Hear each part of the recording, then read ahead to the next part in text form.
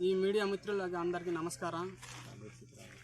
నా పేరు కొర్రా డొమ్రు, ముంచంపుట్టు మండలం గిరిజన సంఘం మండల నాయకుడిని.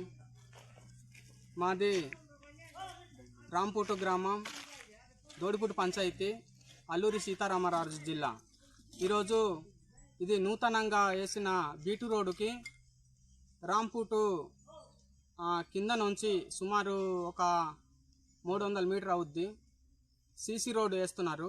కాకపోతే సీసీ రోడ్లో ఈరోజు పూర్తిగా ఇసుక క్వాలిటీ అస్సలు లేవు. వాటి గురించి ఆ సీసీ రోడ్డు కూడా బాగా క్వాలిటీ రాలేదు. దాని గురించి మేము కూడా చాలా ఆందోళన చెందుతున్నాం.